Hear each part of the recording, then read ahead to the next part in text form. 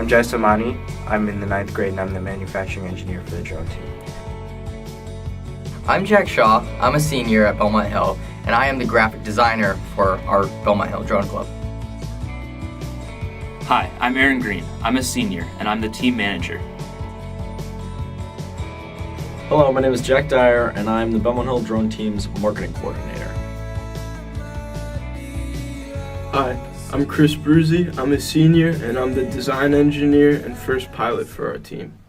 This year, the Belmont Hill Drones design team went crazy. Our team pushed the limits of what was possible in this competition. We identified the biggest issues with last year's drone and worked hard to make creative solutions while preserving what made our design great. Our drone has been designed from the ground up with crucial features in mind, like ease of use, reliability, and most importantly, performance around the track. We wanted to use more powerful and robust electronics for this year's drone in order to improve its reliability and power. So we got a new flight controller approved for this year with features such as ESC telemetry that further improved the drone's performance in the air.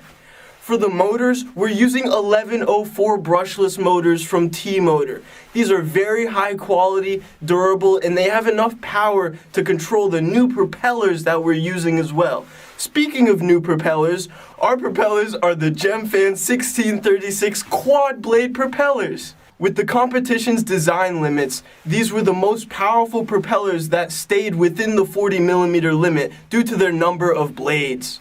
For this year's Control Link, our club invested in 6 sets of radios and receivers, all equipped with the new Express LRS protocol.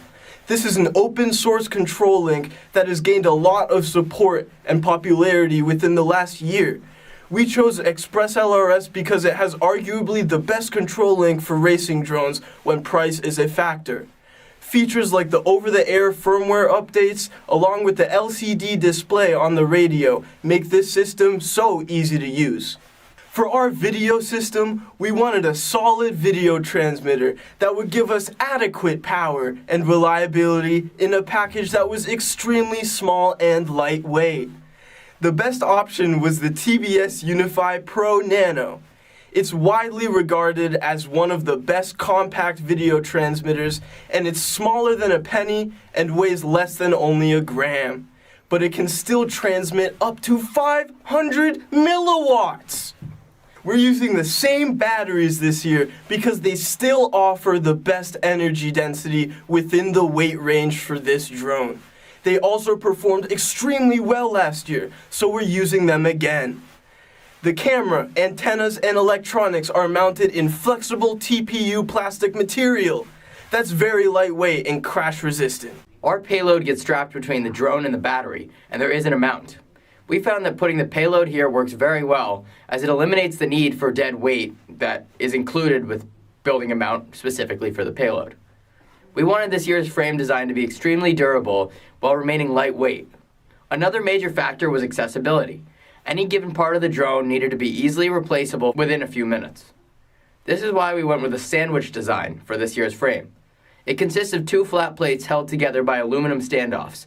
Most of the electronics, like the motors and flight controller, are mounted between these 2 plates. The biggest challenge for us this year was the material choice for our frame. We started prototyping using traditional 3D printing. We also tried polycarbonate, but we couldn't get consistent results with it. So we moved to a resin-printed material. This was a new process for us, and it was very experimental. The results were slightly stronger and lighter than before. But after a few cracked plates, we realized that our 3D printed plastics just wouldn't give us the balance between weight and strength that we were looking for. So we looked to outsource the manufacturing of our frame. The reality is, the best racing drones are all built using carbon fiber. This material isn't easy or safe to manufacture in-house. So we used an online service called CNC Madness, which specializes in cutting carbon drone frames with carbon fiber. This was another reason for designing our frame with flat plates, so we could use special materials like this. So we got a few plates cut, and they're extremely durable, while weighing less than the plastic ones.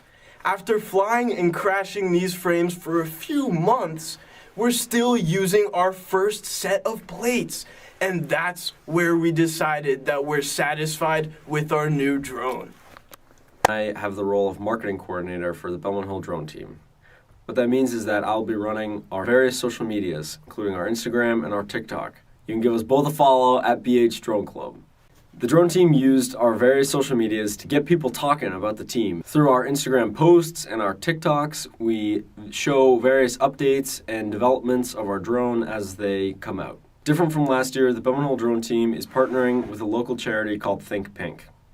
Think Pink is a charity founded by a student here on campus named Dan Moran. The drone team has decided to partner with a local charity to spread a positive message, as Think Pink is a great initiative and we're really happy with what they are doing. Think Pink is something I started 3 years ago for my mom, who was sick fighting with breast cancer, and it's become something that is ultimately a piece of me now.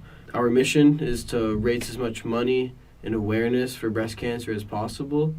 We do that a few ways. One of the ways is selling merch. Another way is having game days and doing paid dress down days. And we really just try to think out of the box and get as much money to be donated to Dana-Farber and Runway for Recovery and a bunch of other organizations. But the main goal is just bring awareness to a horrible disease.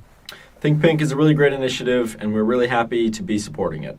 We look forward to our work together this year. To manage the hectic environment and busy schedules surrounding the Belmont Hill Drone Club and its members, new ways to stay organized were a must. Tasks needed to be assigned, worked on, and completed on time, whether it be assembling a drone frame while another member solders, helping film the video, or helping Jack Dyer, our marketing coordinator, reach out to other organizations for partnerships. There's always something to do. To keep a sane team, I sent out weekly text messages, emails, and updated a spreadsheet detailing what each team member should be working on. Including on the spreadsheet is an area where they can input what work they have completed during a given week. Intentional breaks are also included in our timeline in case a task takes longer than anticipated. I would also have weekly meetings with our coach, Mr. Ziff, brainstorming what tasks should be prioritized, how to keep team members motivated, and travel plans for this year's national competition.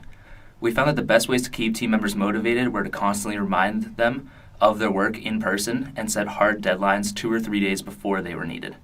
I'm very proud of the work that this team has accomplished, and I can't wait to see what we do from here.